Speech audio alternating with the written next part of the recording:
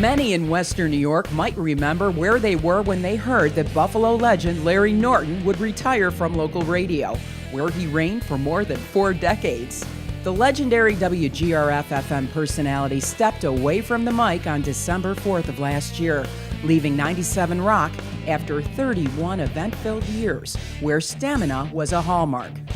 Well, here's some things that I realized about Larry Norton. One, we were together for 25 years, which is longer than most marriages. And the plus is, I still have all of my stuff. The late, great Casey Kasem recognized Norton's efforts on his nationally syndicated radio show. The disc jockey is Larry Norton, and he works at radio station WGRQ in Buffalo, New York. Back in 1981, Larry Norton set a record by spending the longest time non-stop on the air. He was on the air for 20 consecutive days, and that put him in the Guinness Book of World Records.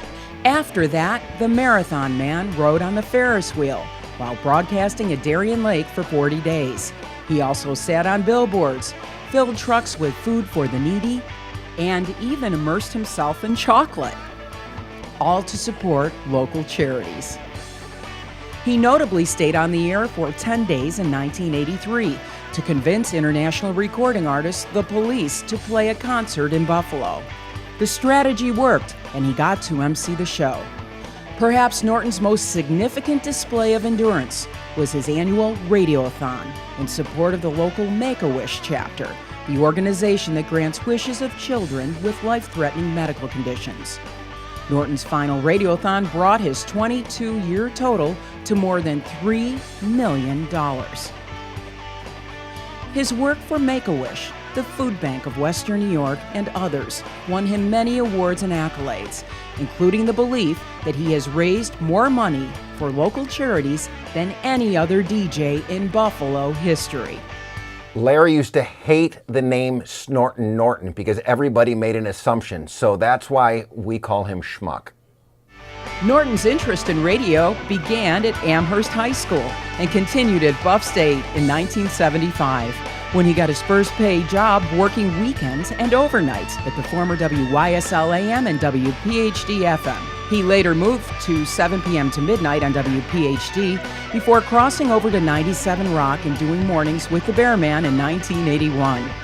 97 Rock went off the air in 1985, but returned 3 years later, with many of the original crew, like Carl Russo. We're back. You know, if somebody would have told me that 97 Rock would return and I'd be back here in Buffalo, I'd have said they were crazy, but my whole family came back and we're all home now. Never gonna talk over the beginnings of songs. 97 Rock, we're back and rocking. You know, I hate when guys talk over songs. I hate when guys use this blue cheese. Wait a minute. Back in the late 80s, a big story in Western New York, Buffalo, was the city parks department and Bob Delano, who was running the department at that time under Jimmy Griffin. And the story was that Delano got a lot of free services by the city workers. So Larry did his show live from Delaware Park one morning, looking to see if he could get any of the parks departments to come and cut his lawn. No luck. In fact, he was politely escorted out by the Buffalo City Police Department. Norton could be heard on The Morning Show from 1988 until his recent retirement.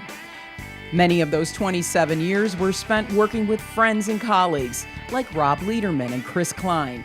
I know there's not that much of an age difference between us, but Larry was kind of like a father figure to me, and I learned that from my mom.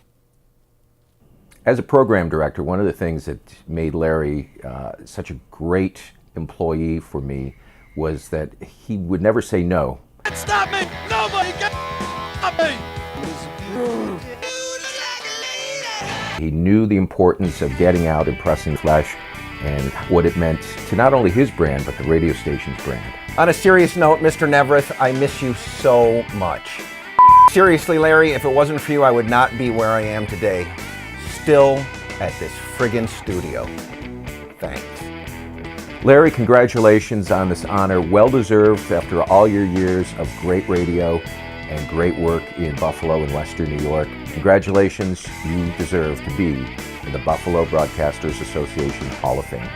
The BBA is proud to induct Larry Norton into the 2016 class of the Buffalo Broadcasters Hall of Fame.